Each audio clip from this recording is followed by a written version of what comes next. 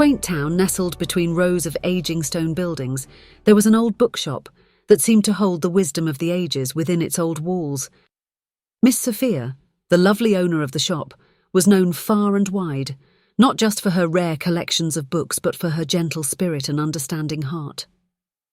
One gloomy afternoon, as the rain pattered softly against the shop's fogged windows, a young lady stepped inside.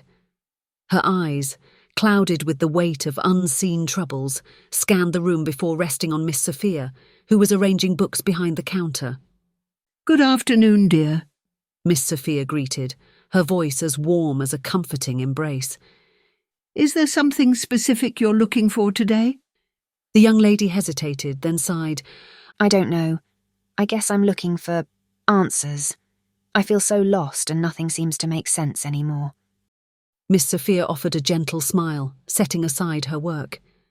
"Life can indeed feel overwhelming at times, my dear. But remember, it's in these moments of uncertainty that we find our true strength and purpose. Sometimes all it takes is a little hope to see the light." The young lady looked at Miss Sophia, a flicker of curiosity in her eyes.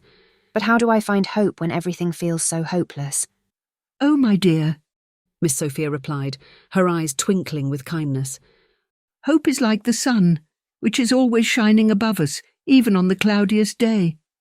You must remember to look beyond the clouds, and sometimes a good book can be a lantern, illuminating the path through your darkest thoughts."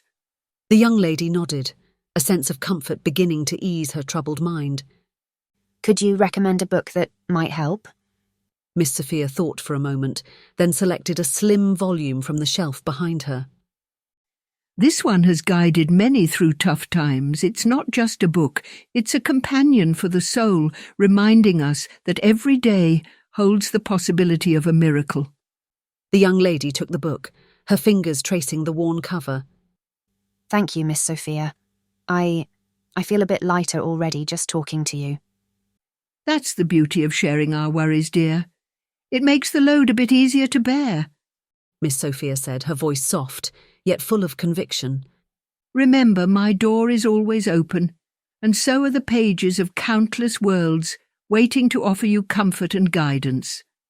The young lady smiled, a genuine smile that reached her eyes for the first time. "I'll remember that. Thank you." A little later, as the young lady stepped out of Miss Sophia's bookshop, the rain had stopped and the clouds were parting to reveal the setting sun. She looked back at Miss Sophia, who was waving from the door, and felt a renewed sense of hope. The world hadn't changed, but her outlook had. And sometimes that's all it takes to make life seem a little brighter.